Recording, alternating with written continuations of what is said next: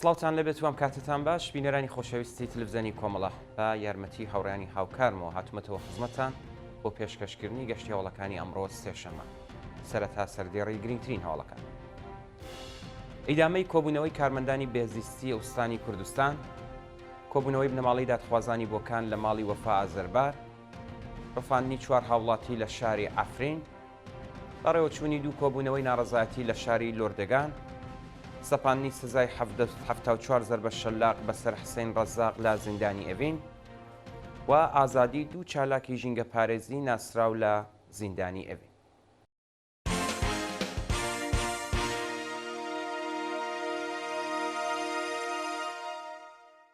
درێژەی هەواڵەکان. ئیدامەی کۆبوونەوەی کارمەندانی بێزیستی ئوستانی کوردستان.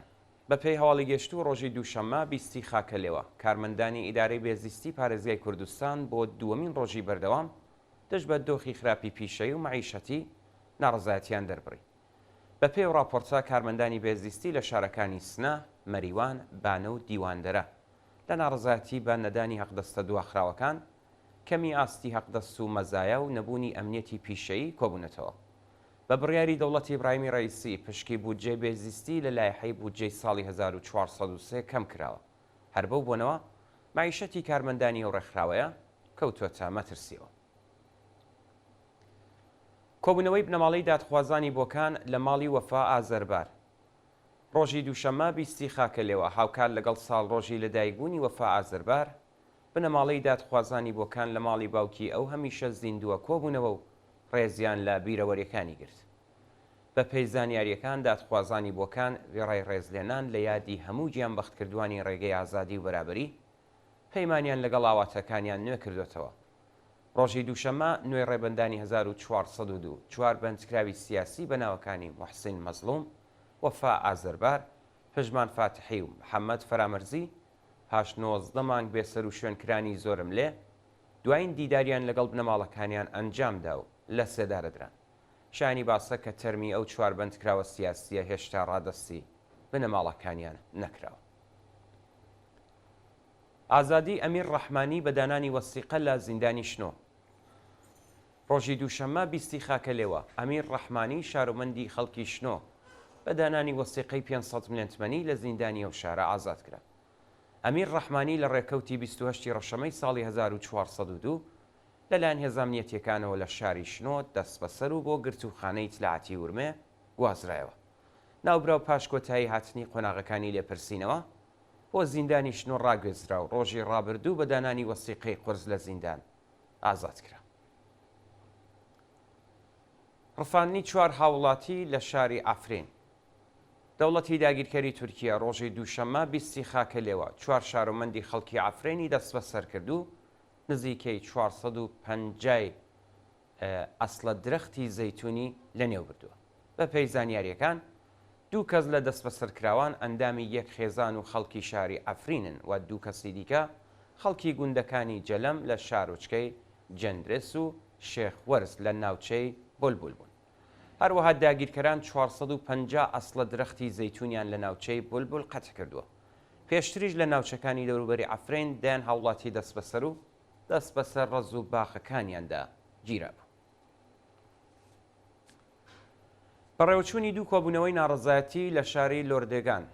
ڕۆژی دووشەممە 20 خاکەلێوە کرێکارانی شاغڵ لە کارخانەی سیمان و بەنداوی کارون چوار لە شارستانی لۆردێگان لە ئاستی نەدانی داخوازیەکانیان ناڕەزایەتیان دەربڕی. بە پێی زانیاریەکان کرێکارانی شاغڵ لە کارخانەی سیمانی لۆردەگان ماوەی دوو ڕۆژە لە ناڕەزایەتی بە جیاوازی لە پەرداختی داخوازی کەمی هەقدەست و نەدانی مەزایە دواخراوەکانیان دەستیان لە کار کێشاوە و داوا دەکەن خواستەکانیان جێبەجێ بکرێت. لەلایەکی دیکەوە کرێکارانی شاغڵ لە بەنداوی کارونی چوار لە ئاسنەدانی چەند مانگ هەقدەست و مەزایە ناڕازین و دەڵێن کرێکارانی بەشی فەنی 5 مانگ و کرێکارانی بەشەکانی دیکە ماوەی 2 مانگە هەقدەست و مەزایەیان وەرنەگرتووە. هەروەها جێژنانە و پاداشی کۆتایی ساڵ کە بەڕێوەبەرانی شرکەت پەڵێنیاندا بوو هێشتا پەرداخ نەکراوە و کرێکاران لە دۆخێکی خراپدا ژیان بەسەر بێت. لە سێدارەدانی بەندکراوێک لە زیندانی خۆڕەماباد. بەیانی ڕۆژی هەینی هەفتەی خاکەلێوەی 1403 سزای سێدارەی حەسەن عەلی میرزانیا تەمەەن 30 ساڵ لە زیندانی ناوەندی خۆڕەماباد جێبەجێکرا. حەسەن عەلی میرزانیا 3 ساڵ پێش بە تۆمەتی کوشتنی بانقەستی دوو برات دەست بەسەر و دواتر لەلایەن دەستگای قەزای ڕژیمەوە سزای سێدارەی بەسەردا سەپێنرا. بە پێی زانیاریەکان کوژرانی ئەو دووبرایە لەلایەن ناوبراو بە ئەنقەست نەبووە و حەسەن عەلی بە هەڵا تەقەی لێیان کردووە. جێگای ئاماژەیە کە بەرپرسانی زیندانی خۆڕەماباد ڕێگان نەداوە و بەندکراوە دوایین چاوپێکەوتنی لەگەڵ بنەماڵەکەی هەبێت و هەواڵی لە سێدارەدانی لە هیچ میدیایەکی حکوومەتی بڵاو نەکراوەتەوە. سەپاندنی سزای 74 زەربە شەلاق بەسەر حسین ڕەزاق لە زیندانی ئەڤین. حسین ڕەزاق بەندکراوی سیاسی ڕاگیرا و لە بەندیخانەی ئەڤین لەلایەن دەستگای قەزای ڕژیمەوە بە تۆمەتی غەیبەت و نەگەڕانەوە بۆ زیندان ببورن سزای 74 زەربە شەلاقی بەسەردا سپێنراوە. بە پێی راپۆرتی ناوەندەکانی مافی مرۆڤ ئەو سزایە لەلایەن دادگای ئینقلابی تاران و بە شێوەی نەهێنی بەبێ ئەوەی حسین ڕەزاق لەوێ حازر بێت و بەرگری لە خۆی بکات دەرکراوە. حسین ڕەزاق لە ڕێکەوتی سیگەلاوێژی 1401 لە شاری ئامۆل دەست بەسەر و بۆ زیندانی ئەڤین ڕاگوێزرا. ناوبراو مانگی خاکەلێوەی ساڵی ڕابردوو بەهۆی تێکچوونی باری تەندروستی بۆ ماوەی چەند ڕۆژ مەرەخەسی پێدرا، بەڵام دووبارە گەڕێنرایەوە زیندان. شانی باسەکە و بەندکراوە سیاسیە لە 26 ڕەشەمەی 1402 بەهۆی لێدان و ئەشکەنجەی چەند مەئموری ئەمنیەتی سکاڵای لەسەر چەند بەرپرسی قەزایی و ئیتلاعاتی تۆمار کرد بوو. پلۆمپی باشگای وەرشی مانگرۆ لە بەندەرەباس. ڕۆژی دووشەممە 20 خاکەلێوە باشگای وەرزشی دەریایی مانگرۆ لە بەندەرەباس بە بیانی ڕەچاونەکردنی یاسای حیجابی زۆرملێ پلۆم کرا. بە پێی راپۆرتەکان ئیدارەی ئەماکنی بەندەرعەباس وێرای پلۆمکردنی ئەو باشگا وەرشیە پەیجەکانیان لە ئینستاگرام بەستووە. شانی باسە کە لە ماوەی 2 هەفتەی ڕابردوودا بەدەیان کافە دووکان و باشگای وەرزشی و تەفریحی لە پارێزگای هۆرموزگان بە بیانووی هەنجارشکێنی لەلایەن ناوەندە ئەمنیەتیەکانەوە پلۆم کراوە. کوژران و برینداربوونی دوو سوختبەر بە تەقەی هێزەکانی ڕژیم لە فەهرەج.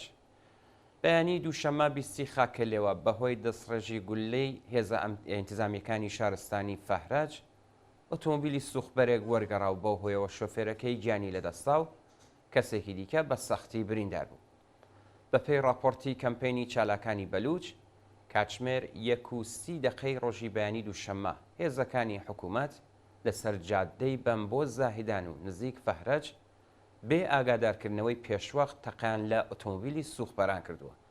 لە ئاکامی دەستڕێژی گولەی سەرکوتگەرانی ڕژیم سوختبەرێک بە ناوی مستەفا کەبدانی تەمەن 28 ساڵ گیانی لەدەستاوە و سوختبەرێک بە ناوی سولەیمان کەبدانی تەمەن 25 ساڵ بریندار بوو. ئازادی دوو چالاکی ژینگەپارێزی ناسراو لە زیندانی ئەڤین. شەوی دووشەممە 20 خاکەلێوە دوو چالاکی ژینگە پارێز بە ناوەکانی هومەن جەوکار و نیلوفەر بەیانی پاش چەند ساڵ زیندان ئازادکران. پێشتر پارێزەری ئەو بەندکراوانە ڕایگەیاند بوو کە نیلوفەر بەیانی، سپیدە کاشانی، هومەن جەوکار و تاهێر قەدیریان 4 چالاکی ژینگە پارێزی زیندانی بەر لێبوردنی گشتی کەوتون و بڕیارە لە زیندان ئازاد بکرێن. ئەو 4 چالاکە ژینگە پارێزە هاوڕێ لەگەڵ 3 چالاکی دیکە بە ناوەکانی کاڤوز، سەید ئیمامی، موراد تاهباز و عەبدولڕەزا کوهپایە لە زستانی ساڵی 1396 هەتاوی دەست بەسەر و بۆ زیندانی ئەڤین ڕاگوێزران. خۆپیشاندانی گەورەی لایەنگرانی فلستین لە کانەدا. ڕۆژی دووشەممە 20 خاکەلێوە لایەنگرانی فلستین لە مۆنتراڵی کانەدا ڕۆژانە سەرشەقام و بەوەچنەوەی دروشت خوازیاری ڕاگررتنی شەڕ بوون. بە پێی راپۆرتەکان هەزاران لایەنگری فلستین و دژبەری شەڕ لە شاری مۆنتراڵی کانەدا ژێنۆسایدی خەڵکی فلستینیان لەلایەن ئیسرائیلەوە بە توندی شەرمەزار کردووە و خوازیاری ڕاگررتنی شەڕ و ڕاگەاندنی ئاگربەستی هەمیشەیی بوون. پێشتریش بەهۆی ناڕزایەتی بەردەوامی شارۆمەندانی کانەدایی دەوڵەتی ئەو وڵاتە هەناردەکردنی چەک و چۆڵی بۆ ئیسرائیل ڕاگرت.